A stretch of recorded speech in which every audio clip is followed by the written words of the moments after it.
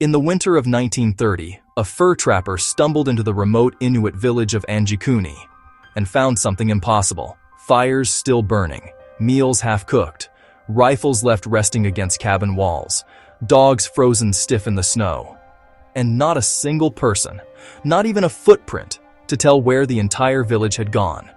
This is one of the most disturbing mass disappearances in North American history. The story begins in northern Canada, in the bitter cold of Nunavut.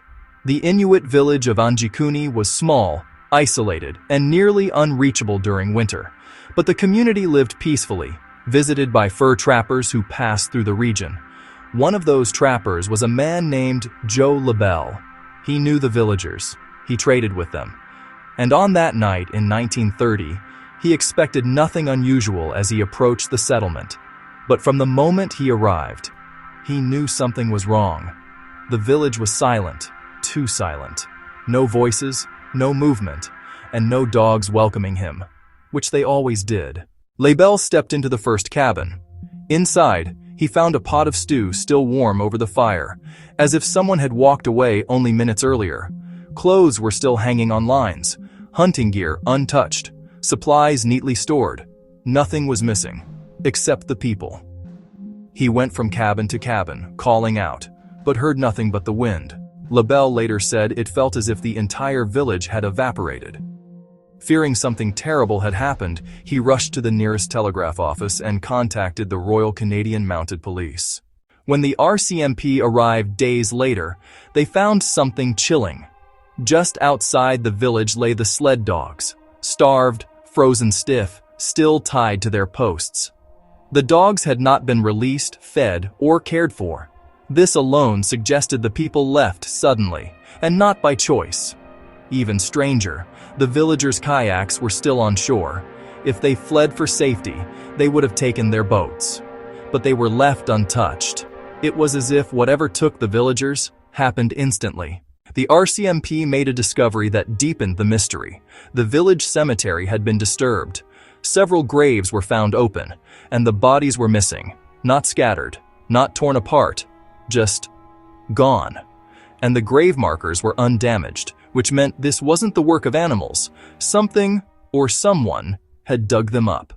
While searching the region, officers and locals reported seeing a strange blue light moving slowly across the sky. Not like a plane, not like a meteor, more like a glowing orb, silently drifting above the frozen landscape. A trapper told police he had seen it on the same night the villagers disappeared.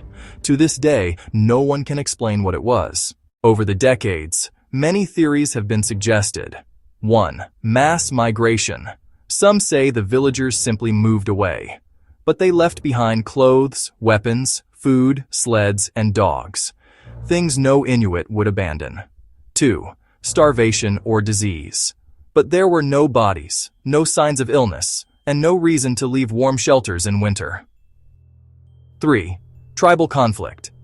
The region was peaceful at the time, and again, no footprints, no struggle, no signs of a fight. 4. Alien abduction. The strange lights in the sky, the missing bodies from the graves, the instantaneous disappearance. This theory is popular among UFO researchers. 5. Myth or misreporting. Some historians believe the story was exaggerated or misreported by early journalists, but even today locals tell the same story. And the RCMP's own early notes confirm a search took place. Nearly a century later, the disappearance of the Anjikuni village remains unsolved. No bodies were ever found, no tracks, no remains, no explanation. Just a deserted settlement, frozen in time. And a mystery that still echoes across the Arctic.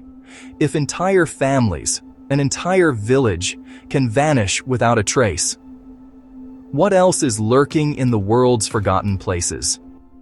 This is the mystery of Anjikuni,